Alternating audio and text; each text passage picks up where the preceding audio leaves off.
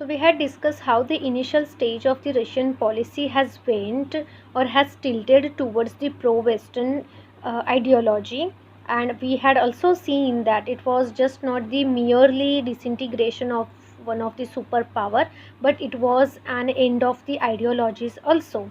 So we were discussing about the ideology that though it was a kind of failure for the though it was a kind of failure for the uh, end of an as an end of an communist ideology, it was considered as an failure for the communist regime. Still we do see that the communist system is kind of, in a way, it is still kind of having its relevance in a countries like China and in North Korea and Cuba.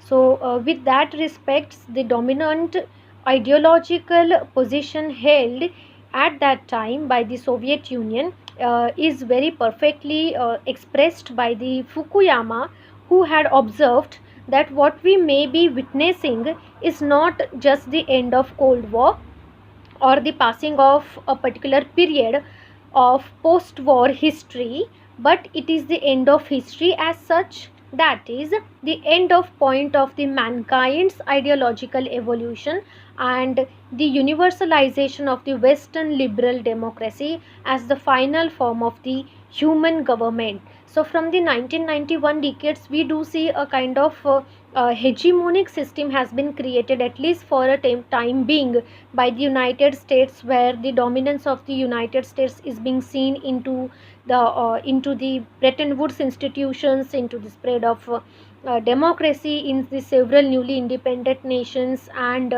over the global politics also. So this has very aptly expressed by the Fukuyama that it is not just a dissolution of Soviet Union, but it is in a way an end of an ideology. So it was expressed, and that creates, I think, the end of communist ideology creates a kind of very uh, vital and core issue in the Russian foreign policy to be running or to be walk on a particular path of the development. So this is again very important shift in the Russia's foreign policy under the Yeltsins.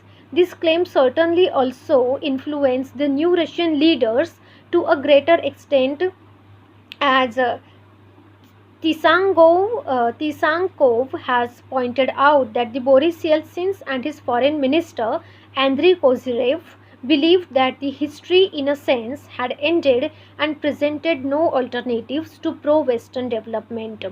The end of the communist era was certainly convinced as a victory for the capitalist camp under the lead of the United States at that time, and was therefore associated with a sense of superiority of liberalism over every other ideology experienced thus far.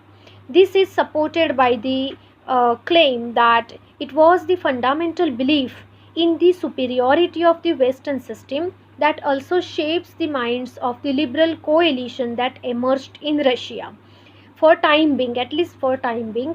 So it has been suggested that this is also due to the West's appearance as powerful and cohesive civilization whose political unity contrasted with disarray in former Soviet Union. This sense of inferiority led Yeltsin and Kozyrev to the assumptions that integration into the Western community is essential in establishing a prosperous and so-called secured Russian state. Furthermore, this we will also try to draw the another analogy between the Fukuyama and Russia's foreign policy in the early years after the dissolution of the Soviet Union. Fukuyama suggests that post-historical states, as he calls them, do not face threats from the other post-historical states. There are only threats that have to fear in regards to the historical states which have not made the development to liberal democracy yet, especially in terms of immigration, oil, and their challenging of the world order. We can see parallels to these ideas in terms of Russian foreign policy in early years of the Russian Federation, which one of them being the already mentioned perceived supremacy of the Western system. Moreover, it seems that geopolitics during this time appeared to be the trivial to Russian leaders, while the geography of the Russian Federation as a country, from the Baltic states to the west to share the borders with China in the Far East, was certainly neglected by the Yeltsins and Kozyrev until 1993. It was the dominance of the liberal ideology at that time which led them to pursue a Western oriented foreign policy. The analogy between Fukuyama's arguments and the early Russia's foreign policy can also be traced to Tsigankov's claims that the main threats to Russia were to come from its economic backwardness and its associations with non-democratic countries, especially with some of the former Soviet allies. And this illustrates on one side that Russia wants to portray itself as a part of the civilized post-historical countries that do not pose a threat to the other liberal democracies, but on the other hand side, it also does not considers any Western country as being a threat to the Russian nation, which signifies an important shift in foreign policy compared to the Soviet Union. In terms of being a part of community of European and Northern American states, the Westernists around the Yeltsins and Kozyrev argued that Russia has been an organic part of the Western civilization whose genuine Western identity had been hijacked by the Bolsheviks and the Soviet system. Therefore, we will try to find an evidence for an reaching analogy between the Fukuyama's ideas and the Russian foreign policy between 1991 till 1993. Another important aspects that influence the foreign policy in this period is the effect of the Cold War on the Russia's security environment. Porter points out that Russia, for the first time in history, lacks objective enemies, at least the great power enemies, which in turn led to a sense of uncertainty in the formulation of foreign policy. This period of the pro Western orientation has been described as an era sorely lacking in coherence, design, and a sense of strategy, unfortunately, which can be traced back to the absence of an enemy image. Consequently, however, also the West does not longer perceive Russia as a threat, and thus at least bases for the further cooperation are laid out. However, not only systematic factors which played very important role in determining Russia's foreign policy, but in terms of domestic factors also that contributed to a pro-Western orientation in that time. The weakness of the Russian economy has to be examined. There are various reasons which shows the initial positions that Yeltsin found himself in when he became the president of the Russian Federation. We can also identify a kind of decline in economic growth in the last years of the Soviet Union. When Yeltsin was elected in 1991, he saw himself confronted with a collapsed economy and an intense deterioration of the people's living standard, which was a major challenge.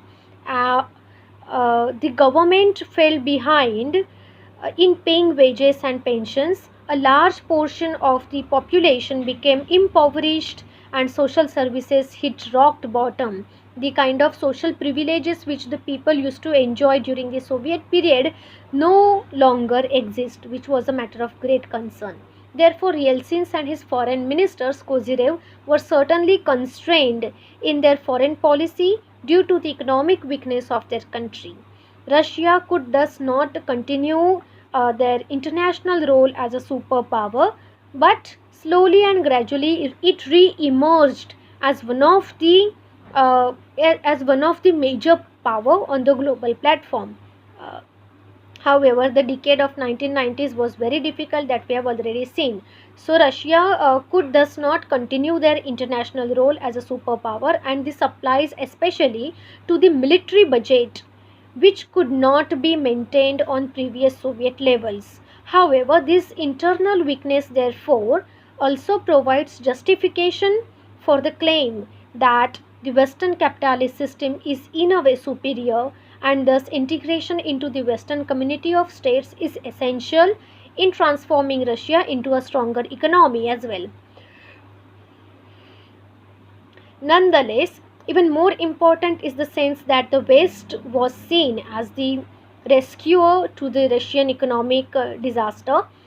Several times, Yeltsin and Kozyrev announced that Russia is dependent on the excessive financial aid from the West.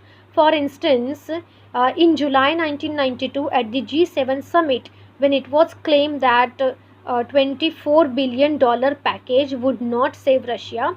Also, this reasoning provides explanations for the objective of the Russian foreign policy. In the early period, that Siganko points out that they wanted to gradually withdraw Russia's military and to rely on the assistance of the international organization such as OSCE in solving possible conflicts in the region, at least partly in order to save the financial assets and thus reduce the budget deficit. Moreover, economic stability and getting kind of financial aid from the West has been also one of the important mark in the Russian foreign policy that we can trace out. It is important to acknowledge that how the former Soviet Union was portrayed after its breakdown in the Russian Federation. As Sigankov explains, the liberal elite of New Russia introduced the concepts of Little Russia in order to assist the leadership in justifying little, if any, responsibility for the former Soviet region. In economic terms, this led to the Russian leaders to the abolition of the subsidies for the ex Soviet republics, and again, this is at least partly due to the fact that Russia at this point is simply not able to afford paying any subsidies to the earlier republics. Equally noteworthy in this regard is also the image of Russia's leaders give their country as a internal colony in the former Soviet Union. Following this perspective, Russia provided most resources for the rest of the Soviet Union and therefore had to bear most of the Soviet imperial burden by subsidizing other republics within the Union. Therefore, Yeltsin and Kozyrev argued in their first years as new leaders of the Russian foreign policy, relationships towards the former Soviet Union republics should be considered less prioritized than building relations with the West. So, this was the various important shifts in terms of developing relations with the earlier republics, tilting towards the West, managing the entire economic manners, entire economic what we can say management and the governance, everything this has changed, and this can be well portrayed through the Russia's foreign policy under the Yeltsins. So here we covered the 2 points, that is